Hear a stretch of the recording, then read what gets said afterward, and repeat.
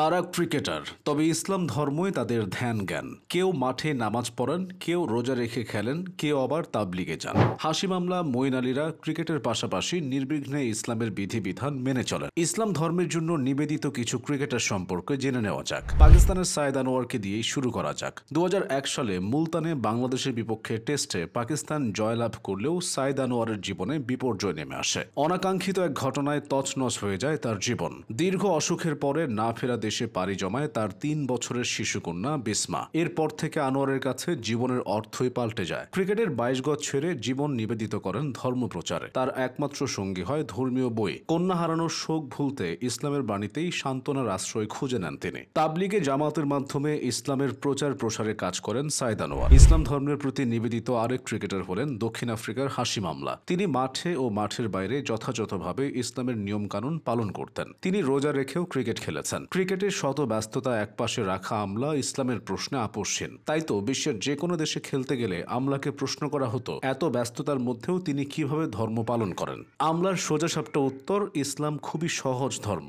ধর্মে নিষেধ বলে তিনি তার জার্সিতে কোনো লোগো ছোঁয়াতে দেননি। এজন্য বোর্ডকে বছরের পর বছর ধরে ক্ষতিপূরণ দিয়ে গেছেন। নান্দনিক ব্যাটিং ছাড়াও ধর্মপ্রাণ মুসলমান হিসেবে ক্রিকেট প্রেমীরা হাশিম আমলাকে মনে রাখবে। ধর্মপ্রাণ আরেক ক্রিকেটারের নাম মঈন আলী। ইসলামী বিধান পালনের তাগিদে কোনো নারী সাংবাদিকের দিকে তাকান না তিনি। সাক্ষাৎকারের সময় কথা বলেন অন্যদিকে তাকিয়ে। খেলার মাঝেই সেরে নেন নামাজ রোজা। 2017 সালের চ্যাম্পিয়ন্স ট্রফির উদ্বোধনী ম্যাচে মঈন আলী বাংলাদেশের বিপক্ষে রোজা রেখেই খেলেছিলেন। মঈন আলী সেবার বলেছিলেন, রোজা রেখেই আমি মাঠে নামি। এতে আমার খেলায় কোনো পরিবর্তন আসে না, প্রভাবও পড়ে না। আসলে রোজা নিয়ে খেলার আনন্দটাই আলাদা। মঈন আলীর সতীর্থ আদিল রশিদও ইসলামের বিধিবিধান মেনে চলেন। একবার পবিত্র হজ আদায়ের জন্য তিনি ভারতের বিপক্ষে ওয়ানডে সিরিজে অংশগ্রহণ করেননি। এমনকি তার ক্লাব ইয়র্কশায়ারের হয়েও কিছু ম্যাচ খেলেননি। খেলার মাঝে ইংল্যান্ড দল ছিটিয়ে জয় উদযাপন করে। ধর্মের কারণে আদিল রশিদের এখানেও আপত্তি আছে। বিশেষ পানীয় ছেটানোর সময় মুসলিম ক্রিকেটার হিসেবে আদিল রশিদ সহ অন্য মুসলিম খেলোয়াড়রা সেখান থেকে সরে যান, কেননা ইসলাম ধর্মের রীতি অনুসারে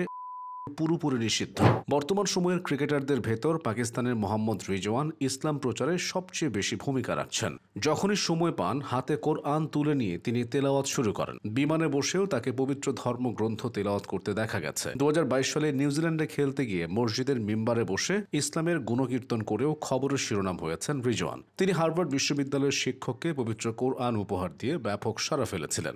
রিজওয়ানের আগের প্রজন্মের ক্রিকেটার সাকলাইন মুশতাকও ইসলামের বিধান মেনে চলেন। আন্তর্জাতিক ক্রিকেট থেকে অবসর গ্রহণের পর সাকলাইন মুশতাক তাবলিগের কাজে মনোনিবেশ করেছেন। ক্রিকেট ইতিহাসের অন্যতম সেরা অফ স্পিনারের দাওয়াতে পাকিস্তানের উঠতি অনেক ক্রিকেটারের জীবন বদলে গেছে। তাদের মাঝে নৈতিকতা বোধ সৃষ্টিতে তিনি বিশেষ ভূমিকা রাখছেন। ইসলামের ব্যাপারে আফগান ক্রিকেটাররা সম্ভবত সবচেয়ে বেশি সচেতন। যখনই মসজিদ থেকে ভেসে আসা আজানের সুর ডাকা হয় ইবাদতের জন্য, আফগান ক্রিকেটাররা সব ফেলে দাঁড়িয়ে যান আল্লাহর নৈকট্য লাভের আশায়। খাবারের ব্যাপারেও তারা সচেতন। হালাল খাবার না পেলে নিজেরাই রান্না করে খান। বাইরের দেশের ক্রিকেটারদের মতো বাংলাদেশের সোহরাওয়ার্দী শুভ, মাহমুদুল্লাহ রিয়াদরাও ধর্মের ব্যাপারে বেশ সচেতন। তারা হয়ে উঠেছেন বহু ক্রিকেটারের অনুপ্রেরণা।